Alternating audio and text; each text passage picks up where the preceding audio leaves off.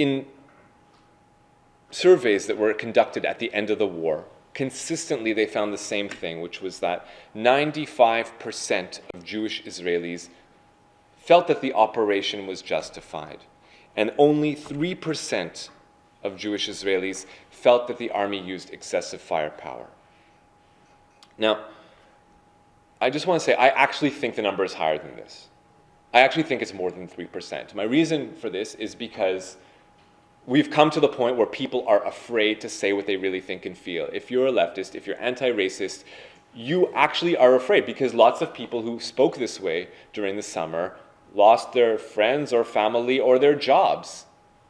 And if you want to get through the day, you realize, you make a quick mental calculation, you're like, you know what? I'm not going to say what I think and feel. I'm not going to risk it. So I actually think the number is higher. Okay, maybe it's 5%, maybe it's 10% or 12%. It's definitely not 20 or 25 or 30 or 40. Okay, we're still talking about a very small minority of the Jewish Israeli population. While this is going on, what is the messaging coming from the ruling party in Israel, the ruling Likud party? So you have the party's intellectuals coming out, writing on their Facebook the kinds of messages that, I mean, you decide for yourself. Hillel Weiss, listen up, Abu Mazen. This is to Mahmoud Abbas, the president of the Palestinian Authority. You are not a people, so therefore it cannot be a genocide. Destroying you like the horde that you are is commanded by God, by Yahweh, and it will take place sooner or later. This is a, professor emeritus at an Israeli university saying this stuff. Now, with this level of visceral hatred on the streets, and even in academia, and what with the economic situation being what it is, as I alluded to earlier, for a lot of young Jewish Israelis are just thinking, I don't know, maybe I need to think about moving to some other kind of part of the world because it's not safe anymore and it's not sane anymore. And so the Israeli media notices this at some point this summer, and they do a special focus on this phenomenon that young Israelis are moving to other parts of the world, to other parts of Europe, to Germany, of all places. There is a massive Jewish emigre community of Israeli expatriates in Berlin, the same place that for many people their ancestors fled from just a couple generations ago. But today they're finding this place to be, enlightened and tolerant and multicultural, or at least relative to where they were living before. And when this is noticed, it stirs this discussion, and you have this Likud appointee, this Likud ideologue, Gabriela Vital, writing, calling these people excrement of feces people. I doubt you are Jews, shits, human garbage, pathetic, show your faces. Get the hell out of here, don't come back, and don't come looking for us when the butcher's slaughtering knife returns. Well, with these attitudes and the willingness to express them so openly, I guess it's no wonder this past summer that at the anti-war protests that I went to, I saw this man, Amitai Sandy, holding up a sign, Tzivrechu kol od efshar, flee while it is still possible. Now, it's ironic, just as some of these Israelis are leaving the country, and you have this man saying, the slaughtering knife, if it ever returns, don't come back. Well, the thing is that there are people in the world for whom there is a butcher's slaughtering knife hanging over their heads, and they are fleeing to Israel for their lives. I'm talking about those African refugees I alluded to earlier. Now, we're talking about 60,000, mainly from Eritrea and Sudan. Let me explain a little bit about who they are and why they've come. So, by analogy, I'm going to show you some photographs, black and white. What do you see when you look in this photograph? So you see people boarding a boat, heading onto an ocean liner, crossing the ocean, standing on deck, taking photographs, group photos, smiling, laughing, posing with family, with friends. You see even people roller skating on deck. So obviously this is, a jovial atmosphere. You see this man holding a glass of wine, these women lying back in these lounge chairs. So quite clearly, you see these first-class dining rooms. This is obviously like a luxury liner of some kind. Anyone have any idea of what this boat is? Yes? Titanic? It's not the Titanic. Anyone else? No, it wasn't far off, around the same era, more or less, yes. People going to Palestine? People going to... Also a good guess, could have been about the same time, but neither of those are right. Is there anyone else who wants to wager? St. Louis. Yeah, it was St. Louis. Okay. So these photographs are all from the SS St. Louis. And what that is on the very eve of World War II, when it was already obvious what Hitler intended, it was still possible for at least some Jewish people to flee Nazi Germany. And so I think it was 1938, they boarded the boat out of Hamburg, and almost 1,000 Jews got on the boat, and they crossed the Atlantic Ocean, and they came here to the United States. The American government refused to let them off the boat, would not allow them in. They went to Canada. Canada refused to allow. They went to Cuba. Cuba refused. Caribbean countries, no one would allow them in. In the end, they had no choice. The captain of the ship turned back round, and they went back to Europe. And almost all those people ended up dying in concentration camps. Okay, so why have I showed you these photos? What's the point of seeing these images? Now, you see these pictures. You see these people who are relaxing, who are joking with one another, who are chilling out, who are recreation, and it would seem from the face of it that they have an easy time of it. But there's not a single person in this room who would claim that they're not refugees, right? They ran away from Nazi Germany, they were forced to return to Nazi Germany, and they died in Nazi Germany, or German-occupied areas, okay? And yet, these people, who are quite clearly refugees, today, in the state of Israel, the Israeli government would have you believe that these people aren't refugees. That none of these people who are cramming onto boats like sardines, who are drowning by the thousands in the Mediterranean, who are risking their lives in every direction they're running, away from ethnic cleansing and political persecution, and dying just for the chance to get away from that. But the Israeli government would have you believe that none of them are refugees. They're all in it just for the money. They're just trying to make a quick buck. So these 60,000 African refugees, they actually walked into Israel. They walked from Egypt into Israel, through the Sinai desert, not so much different than the biblical narrative of the Exodus to Israel. So it looked somewhat like this. It probably didn't look that different than 100 years ago. The border between Israel and the rest of Africa wasn't demarcated with any seriousness until recently. This is what those refugees found when they came to the border. I'm sure it wasn't comfortable to get over that barbed wire, but it was clearly not insurmountable. If you have enough motivation, you can get past this. And none of these people snuck into the country. Okay? None of them infiltrated. Every single one of them acted according to the letter of the law.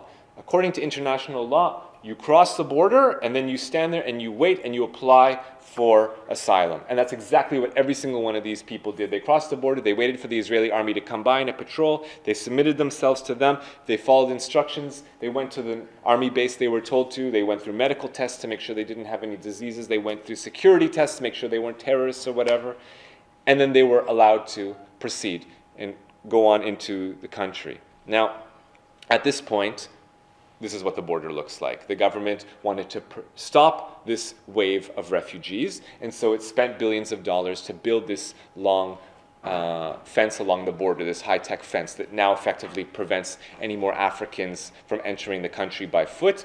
And it's been successful. In the last couple of years, you could probably count on one or two hands the amount of Africans who've managed to leapfrog over this fence. In effect, immigration is nil. But for those 60,000 that have entered the country and have applied for asylum, the Israeli government doesn't want any of them in the country. It wants to kick them all out. And so it does this by various methods. One, just by, first of all, ignoring almost all the applications, just letting them pile up on the desk and just not even addressing them. And for those people for whom they have given an answer, they've rejected 99+++% of those refugee applications. So if you can imagine this country, the United States of America, actually granted refugee status to more Israelis every year than Israel grants to African refugees.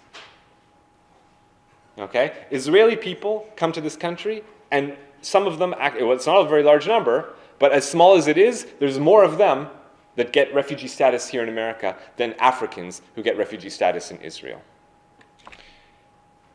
It gets worse. So a Twitter follower of mine alerted me to this document. This is this omnibus bill. You guys are familiar with this? Every year the government passes this massive law. It's like 1,000 pages long. No one will ever read it. No one knows what's in it. They just as one big bill, they just push it through Congress. And so you'll never know what's in it. But someone actually took the time to go through it, and they alerted me to it. I found out on this, deep within the recesses of the act that last year the American government gave $15 million to the purpose of refugees resettling in Israel. Wow, that's awesome. I totally appreciate this. Your tax money is sent to help these African refugees, right? Wrong. Well, it turns out that actually this isn't just a one-off. This has been happening every single year in these omnibus bills. And in the last decade, we're talking about hundreds of millions of dollars. And that could really go to it could really be put to good use. These refugees really need it. But none of it goes to them because instead of allowing it to get to the people who need it, Netanyahu apportions it to the Jewish Agency, to his loyal friend Natan Sharansky, the head of the Jewish Agency, which is a sectarian group operating in Israel. And there's nothing wrong with a sectarian group. I mean, there's lots of groups that work for the purpose of aiding one ethnic group or one religious group. Like NAACP, for example, helps African Americans. Nothing wrong with that.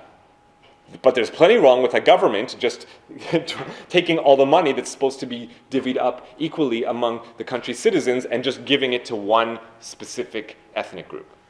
There's a lot wrong with that. And that's what happens. So instead of the money that you send for the purpose of resettling refugees actually getting to those people who need it, Netanyahu gives all these hundreds of millions to the Jewish Agency so it can be divvied up among Jewish immigrants, including from other parts of the world. So what people do get refugee status in Israel if not these Africans? If you can imagine that, again, there's an American connection.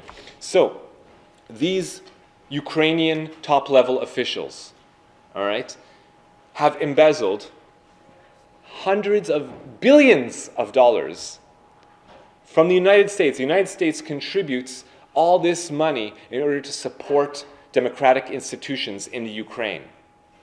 These two officials absconded with these tens and hundreds of billions of dollars of that money, and they fled to Israel, and within hours, they received refugee status, if you can imagine that. So the actual Africans who are running for their lives, they don't get the status. These thieves get it.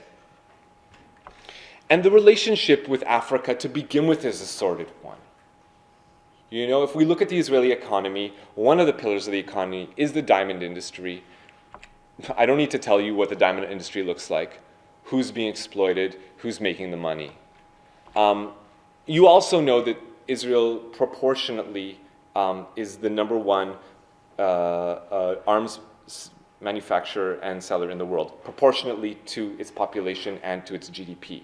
Okay, even on the whole, even just numerically, it's one of the top, I think, 8, number 7 or number 8. even by any standard in terms of the top arms manufacturers in the world. Now, when you see this photograph, I'm ashamed to say it's not from Auschwitz. These skulls and bones are not from the black and white era, okay? It's a color photograph. It's not Germany. It's not Poland. It's from Africa. It's from Rwanda. And what's worse is that no small amount of these people actually died from Israeli bullets and Israeli guns and Israeli armaments. And that's why this Israeli professor has petitioned the Israeli government with a Freedom of Information Act request to open up the files. Let's look at this, because while the war was ongoing, while the genocide was unfolding, Israeli arms manufacturers were selling arms to the factions that were perpetrating the genocide in Rwanda with the full knowledge of the Israeli government, or at least of top officials, defense minister, prime minister. Now, that's repulsive and repugnant, and we really need to have a Truth and Reconciliation Committee. We need to open up the books. We need to look at what really happened. We need to apologize and figure out how to move past this. But we don't know the full extent because the government has refused to allow these files to be opened, and this judge is not permitting the Freedom of Information Act to be opened up. So, as I just noted, sometimes the Israeli courts aren't of much help in this regard. Other times, they have stood in defense of human rights.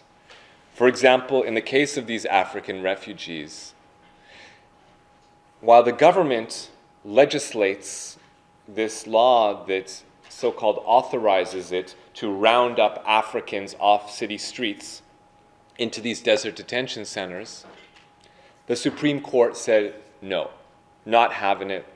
This is completely unconstitutional. It violates people's human rights. They've committed no crime. They have done nothing wrong. They don't deserve to be behind bars. And so it's instructed the Israeli government to close down these jails and free these people immediately. What does the government do? It just legislates the same law a second time, this time even more draconian than the first version. Takes time for the wheels of justice to turn, but sure enough, once again, the Supreme Court oversees the case and says, no, it's still unconstitutional, and it's the only time the Israeli Supreme Court has ever in its entire history called a law unconstitutional twice. It quashed it a second time. So what does the Israeli government do? It legislates it a third time, again, the same law to enable it to round up Africans into these desert detention centers. So without the right to work, prevented from being able to sustain themselves, poverty is a huge problem. For those that are able to work, who find it under the table, of course, they're exploited.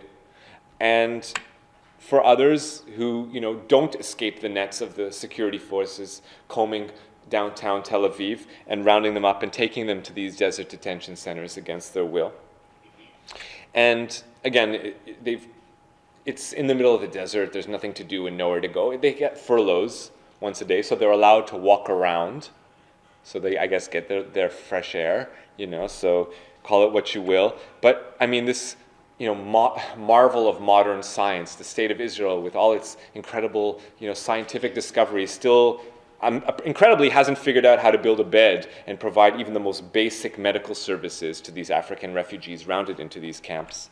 And I know in New York City, especially these past winters have been really horrible.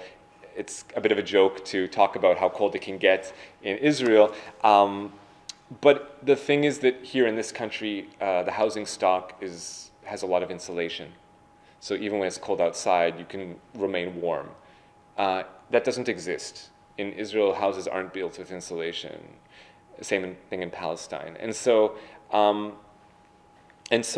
these desert detention centers, when the snow is falling on the ground and it's sub-zero temperatures, that's Celsius sub-zero, I guess it would be the low tens or teens here in the United States. But in any case, freezing cold and past the point of water freezing, and these are just metal containers. These are like metal shipping containers that they've retrofitted to be housing units in the middle of this desert detention center. And so people were really cold And it got to, even if I wanted to buy my friend a heater to put in the room, they wouldn't allow it. They wouldn't allow heaters.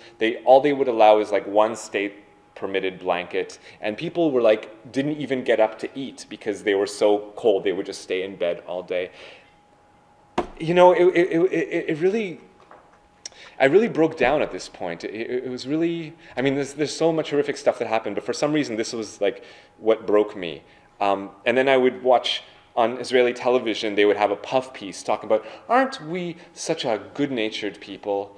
Oh, aren't we so kind-hearted? Because when the snow is falling on the ground and the temperatures are dipping, we provide extra heaters so that the zebras in the zoos don't have to suffer. And they were saying, oh, look how amazing we are. And the safaris, you know, have heaters, so at least the animals don't have to suffer. And while this is happening, they wouldn't allow African refugees to have even like the most basic heaters in their cells. So while this is going on, what about those human rights groups? You know, what's happening? Why aren't people coming to their aid? Well, there are efforts to do so. There are a couple human rights groups who operate in Israel who try to, you know, stand in solidarity with these African refugees. But sadly, no one cares. They can yell, they can scream, no one's listening. And this photograph really exemplifies this. So Human Rights Watch, which is an NGO that operates in the region, and they compiled this incredible report that documents how the Israeli government treats African refugees. And they held a press conference in order to share with the media the results of their report. Now, no one showed up. Not one single reporter came to the press conference to hear about how African refugees are being persecuted by the government, to the point where, like, they were ready to start, they're waiting, no one's showing up. So then they just said, okay, you guys in the back, just come right up to the front. There's no one sitting here, so just come right up to the desk. So that's why you see these guys actually sitting at the desk with the guy explaining the results of his report, because not one journalist came to hear what he had to say. Now, again, there are efforts to kind of change how the public perceives of African refugees. So you have this NGO doing like a poster campaign where they take photographs of Israelis and Africans and write, not foreigners, friends. Lo zarim, chaverim. And, you know, it was a valiant effort, but again, it was very minimal effect, campaigns like this. And the reason why is because on the other side, you have Israeli top-level politicians making the most racist statements you can imagine, vilifying the Africans in the minds of the people. So here you have the top female official in the ruling Likud party, her name is Miri Regev, and she's talking to an anti-African rally, thousands of Jewish Israelis in downtown Tel Aviv, and she's addressing them, and she says, the Sudanese are a cancer in our body. And after she says this, minutes later, 1,000 Israelis run rampant through the streets of Tel Aviv, smashing any African shops, you know, beating any African person they come across. A full-on race riot. And in the days that followed, she actually, admittedly, she apologized for her comments, okay? But she didn't apologize to Africans for comparing them to cancer. She actually apologized to Israeli cancer victims for comparing them to Africans. This is how sick it gets. Now that's the top female official in the ruling Likud party. Top male official, Prime Minister Netanyahu, this summer he said, Israel is preparing to stop the spread of Ebola to protect from infiltrators. So just to parse this for you, when you see the word infiltrators, the meaning, it's a code word in the Israeli discourse, which means African refugees. It's one way to dehumanize African people. And so Israel is preparing to stop the spread of Ebola. So what is this? Comparing Africans to cancer. Comparing Africans to Ebola. What's this about? Well, I mean, let's have a frank admission. I mean, there is some basis for this. For some reason, it seems to have currency in the Israeli discourse. This past summer, when an Israeli news site decided to do a little survey, and it was President Obama's birthday, and they said, what should we give President Obama for his birthday? And 48% of the respondents wrote Ebola. If you can imagine that, that's what they wanted to give Obama for his birthday. So clearly this idea of connecting death-causing diseases to African people, it has some currency in the discourse. But it truly goes back a long, long, long way.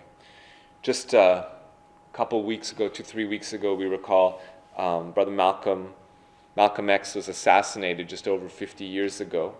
And it's important to remember his legacy. One of the things that he taught us was that the term Negro, which is supposed to mean black, actually linguistically comes from the word necro, which means death. So this is an old white supremacist tactic to link in people's minds the idea of death with black people. And so Netanyahu and the ruling Likud party carry this on, and Israeli politicians continue to promote this idea that black people equals death, equals cancer, equals Ebola. To the point where you can walk down the streets in Tel Aviv and you can see a sign like this, advertising housing development, luxury condos, white city, Tel Aviv, luxury living. Now, admittedly, this is mainly a reference to the Bauhaus architecture that Tel Aviv is famous for. And this is like one of the components or the characteristics of Bauhaus architecture. They have the use of white. But you can't remove this from its context. You can see a sign like this, white city, and you walk down the street and you'll see graffiti as well, saying, Shchorim masrichim habayta, stinky blacks go home. Or other graffiti, Medina lelevanim bilvad, this country is for whites only. This is Tel Aviv. The liberal Tel Aviv, they'll have you believe, is the modern metropolis of the Middle East, that is gay-friendly and queer-friendly and every ethnic group friendly, like it's some kind of multicultural paradise, when it's the farthest thing from it. This is Tel Aviv, the city where Jewish Israelis firebomb African people's homes and firebomb an African kindergarten. And the people who do it got off without serving a day in jail. This is the city where when an African woman is standing on the street with her 1-year-old baby in her arms, a Jewish Israeli man walks up to them and stabs the baby in the head 3 times. And when he stabs the baby, and afterwards the police come, arrest him, and they bring him in, and they interrogate him, ask him why he did it, he says, I tried to kill her because I hate them. They're black. A black baby, blacks in general, are terrorists. Now, again, this isn't an average Israeli. Clearly, anyone who would stab a baby is completely cuckoo, right? Totally psychotic. But why did he choose a black baby to stab? Because he's been subject to months and years of the top religious and political officials convincing him that blacks are death. So, with all of this hate, where are the civil rights groups? Where is the Anti-Defamation League? Where is Abe Foxman? They just last year, they spent, I don't even know how much money to send people into 100 countries around the world. They prepared this report, and they documented racism and anti-Semitism, and they did surveys, and they asked people how they feel, and they compiled this in order to compare and contrast anti-Semitism, on a global scale. And yet, of all these countries, they didn't see fit to send anyone to Israel. Why is this? Well, a former colleague at Haaretz, Tzvi Bar-El, put his finger on it when he wrote that if this was to happen, a survey of racism in Israel, the results would make global anti-Semitism pale in comparison. Well, since ADL didn't do the work, I decided to crunch the numbers myself. I took their figures, and I looked at, here in the United States, how many anti-Semitic acts are perpetrated on a yearly basis for the last year that there were numbers, and I compared them to the Israeli figures how many physical attacks take place on Palestinians in a single year. Again, I'm not talking about the Israeli army. I'm talking about just regular citizens, vigilante, racist attacks. And I found that proportionately 20 times. There's 20 times the amount of anti-Palestinian attacks in Israel as there are anti-Semitic attacks here in the US. This is what I have to live with. But somehow this isn't important enough for civil rights groups to cover. It's not important enough for the media to cover. And by the way, this isn't the whole story. This is only attacks on Palestinians. I haven't even included the attacks on African refugees and other non-Jewish groups. Why? Why is this the case? Why is there so much hate and racism? Maybe it has something to do with our priorities around education. In the last year, the Israeli Ministry of Education spent $1.5 million on passing on universal values like tolerance, multiculturalism, acceptance of the other. But $15 million, 10 times that amount, on instilling Jewish values, however it defined that. That's why when you walk down the street in Tel Aviv, you can see a sign like this. Okay? And again, I've translated it for your benefit. To be built here, the Hanged Men Kindergarten. What psycho would call a kindergarten after hanged men? What is the idea of associating violence in the minds of the youth at such an early age? You walk into a kindergarten in Holon, which is a suburb of Tel Aviv, and you'll see this on the board. Okay, and again, I've translated for your benefit into English. Who wants to kill us? Pharaoh, Greeks, Haman, Nazis, Arabs. They all want to kill us. Little kids. This is how you brainwash them? Why do you need to be telling them this garbage?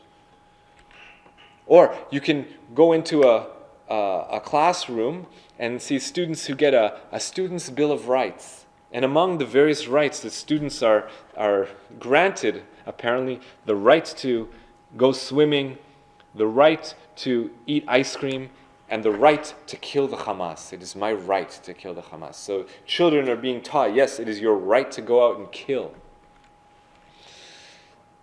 You had a teacher just a few months ago, an Israeli teacher in the city of Ashkelon, tweeting this on his WhatsApp network. I don't know how popular the WhatsApp platform is in the United States. It's like a big social network in Israel. In any case, he writes to his students. This is specifically to the kids in his class. He writes, "These days, it is important to remember that there are good Arabs too, and they can be found here." And he tweets a photograph of a cemetery, of an Arab cemetery. And I should point out that the teacher who tweeted that out, he didn't get punished in any way. And yet the student who brought it to the administration's attention, the student who complained, he got busted. He got in trouble. This is Israel, 2015. No shocker, no surprise, when the education minister for the last few years has been this man, Shai Piron, who a decade ago issued the exact same edict forbidding Jews from renting or selling their apartments to non-Jews, to Arabs. So no shocker there. But it's not just the formal education, it's the informal education too. It's the youth groups. So Noam Perel, the head of Bnei Akiva, which is the largest Jewish religious youth group in the world, this past summer, he puts out on his Facebook a status update, and he writes, "Turn the army into an army of avengers, an army that will not stop at only 300 Philistine foreskins." Do you get this? Like, he's saying, not only should you go out and kill 300 plus Palestinians, but once you do, cut off their foreskins from their penises and bring them back as war trophies. That's how sick it gets. And this is the youth group that's affiliated with the Jewish Home Party, part of the coalition government. If you go to the ruling Likud party, their youth group, the Beitar youth group, this is the head of the Beitar youth group, this year on Holocaust Remembrance Day, the one day of the year, if no other, that you should remember the horrors of genocide and commit to never again to anyone. On this day, he actually decided to hold a protest in front of the German embassy in Tel Aviv, where he said, "Remember what Amalek did to you. We will build a Jewish state that has no need for European morality." Wow. Now, again, I'm going to parse this for you because not everyone here is familiar with, there's a lot of coded language here. When you see the word Amalek, it's a sick reference to genocide. Okay? Now, in the Bible, if you open up the Bible, you will find the story of the people of Amalek. According to the narrative of the Bible, this is a people that are supposedly so evil that God hates so much that he instructs the Israelites to kill every single one of them. Men, women, children, old people, even animals. Okay, now, I don't know if this ever happened. You can take that up with the archaeologists to say, what occurred, what didn't occur, if there's any historical basis for any of this. It's irrelevant. Whether this actually happened or didn't, this is the text. This is what it says, and there's people who believe it and who believe that it's correct and that it should be the case. Okay? And this man is saying on Holocaust Remembrance Day, the day when we should remember how evil genocide is and commit to preventing it from ever reoccurring, he is saying, remember what Amalek did to you. We need to do a genocide. We need to commit a genocide on the German people who are the new Amalek. So what's the surprise when the youth listen and pervert the idea of the suffering in the Holocaust and now reinterpret it with this ultranationalist narrative? So this summer we had the captain of the youth soccer team in Beersheba writing on his Facebook page, "Wipe all the pathetic leftists out of the country. Leftists to the gas chambers." That's what they call any Jewish Israeli who isn't frothing at the mouth racist. Oh, he's a leftist. Now, this summer, it got to the point where you had Jewish Israeli, or not just Israeli, but Jewish Holocaust survivors. Okay, actual descendants of those people who perished in the Holocaust and people who survived the camps themselves, taking out a half-page ad in the Times and other American newspapers, writing that they unequivocally condemn the massacre of Palestinians in Gaza. And after they did this, you had Israelis going into the news reports writing, "Holocaust survivors who think like this are invited to go die in the gas chambers." And it wasn't just one or two, and it wasn't just three or four. Even here in America, the Jewish Daily Forward newspaper, Jane Eisner, the editor, how did she respond to that phenomenon of Holocaust survivors protesting the war? Well, she promoted and published this article saying, "The moral emptiness of Holocaust survivors who took on Israel." So if you criticize the Israeli government, let's just break it down so we all have our categories correct, right? I guess if you're a critic of the Israeli government, you are anti-Semitic. If you're a Jewish person who's critical of the Israeli government's actions, well, then you're self-hating. And now we have a new category. If you're a Jewish Holocaust survivor who's critical of the Israeli government's actions, well, you're morally empty. So just so we're all on the same page, right? We know what our terms are. I'll just conclude with these last few words about how low we've sunk. So just a few years ago, on Holocaust Remembrance Day in Tel Aviv, high school students were brought to Hakameri, which is Israel's the national theater, the most respected theater group in Israel. And on Holocaust Remembrance Day, they did a rendition of the play Ghetto, which is, as you can imagine, about what occurred during the Nazi Holocaust.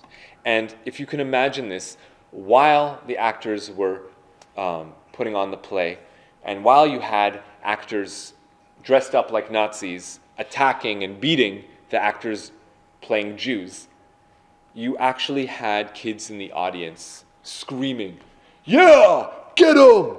cheering on the actors playing Nazis while they beat up the actors playing Jews. And it wasn't just once or twice, and it just wasn't just a few kids. It was quite a few, and it was several times over the course of the play. It got to the point where the entire cast broke down crying, sobbing. And at the end of the play, one of the actors went up on stage and he said, "It was disgraceful behavior. You also embarrassed the Jewish people and the Holocaust." Now, how the hell is this possible? How the hell could we have the descendants of the victims of the Nazi Holocaust being so cavalier about the message, the moral lesson of the Holocaust? And it has everything to do with the way it's taught. Because they're taught from grade school. Hell, starting this year, the government has even decided to teach about the Holocaust in kindergarten, if you can imagine that. Kindergarten. But what are they learning about the Holocaust? Well, a survey was conducted and they found that 92% of Israeli youth say, yes, they encountered racism towards foreigners. They're not stupid. They see what's going on around them. They're not oblivious to it all. And yet, after learning about the Holocaust in class, only 2% say that they identify with the suffering of persecuted nations. Just 2% say that they feel a commitment to preserve democracy. And that's because they're not teaching them never again to anyone. They're teaching them never again just for us. And this summer, we saw the fruits of that. We saw the results. We saw Israeli thugs who came to Tel Aviv to beat anti-war protesters wearing "Good Night Left Side" on their t-shirts. And again, this is something that may go over your head if you're not familiar with the European context. There, it's common for anti-fascists to wear this emblem, "Good Night White Pride," as outwardly proclaiming that they're combating racism and fascism in their communities. And so these racist thugs in the European context have adopted and flipped the script and now wear this logo saying "Good Night Left Side," like we're going to pound you leftists, activists. And so you have, and just as in Europe, you have neo-Nazis wearing this logo, "Good Night Left Side," while they scour the streets for immigrants and Muslims and other people of color and beat them on the streets. You now have Israelis wearing these same logos to protests so that they can take a chunk out of any Jewish bleeding heart liberals that they come across. And this is the final example, that just really takes it over the top, if that was even possible. So one of these left-wing Jewish Israelis decided to conduct an experiment. He said, okay, how low can we go? Let's find out. He took a slogan, translated it into Hebrew, and printed it out on these posters. Now he slapped the Israeli flag on the background, so it appeared to be a nationalist message. And he started giving it out. He walked over to the right-wing thugs and he started distributing them. And as you can see, people picked it up and they adopted it and they held it high and they were chanting with it. And if you aren't understanding the Hebrew, I'll translate it into English for your benefit. Am echad, medina achat, manhig echad. One people, one state, one leader. And if you don't know where that's from, I'll show you the German original. One people, one state, one leader was a Nazi slogan. Ein Volk, ein Reich, ein Führer. We saw this. There's no Israeli Jew who doesn't know this. Okay? Everyone grows up on this. Everyone is taught from the earliest age about the horrors of Nazism. Everyone knows this phrase. And yet, by merely translating it into Hebrew and slapping it on an Israeli flag, everyone missed it. All the right-wing thugs missed it, and they proudly adopted it as their own. This is how far we've come. This is how low we've sunk. And this is why Amos Oz, the most popular of the Israeli writers, the most heralded and the most, celebrated, he just said months ago, we need to look this monster in the eye and call it by its true name. we also have Hebrew neo-Nazi groups. There is nothing the modern-day neo-Nazis in Europe do that those groups don't do here. The only difference, our neo-Nazi groups enjoy the support of numerous lawmakers as well as rabbis. In recent months, we have, again, the mayor of Ashkelon. After a terror attack, okay, someone commits a crime, you convict them of that crime. You take them to court and you punish them for that crime. You exact justice on the person who perpetrated it. But no, in Israel, it's an excuse to take revenge on anyone of the same ethnic group. And so in reaction to that, he fired all the Arabs working for the city. What's worse, 58% of Jewish Israelis agreed with what he'd done. And that's why the mayor of Jerusalem responded, saying, you can't outlaw an entire public as was done in Nazi Germany 70 years ago. And if you recognize this photo, well,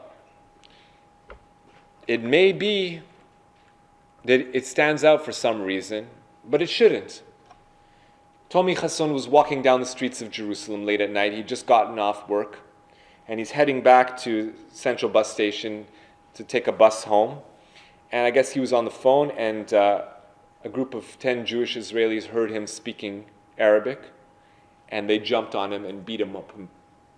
He landed in the hospital. Now, as I said, this happens all the time. But if you heard about it, it's only because the person he was working for was Ruby Rivlin, the president of the country. And yet even that didn't save him. Because if he's speaking Arabic on the streets of Israel, that's what you can expect to get.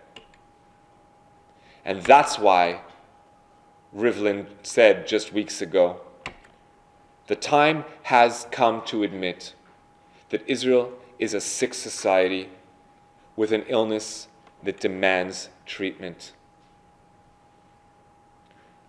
And I hope after hearing this that some of the people in the audience will care enough about the people who live there, Jewish, Palestinian, African, and other, to demand that we seek treatment and we receive treatment, because it's just getting worse. That's it.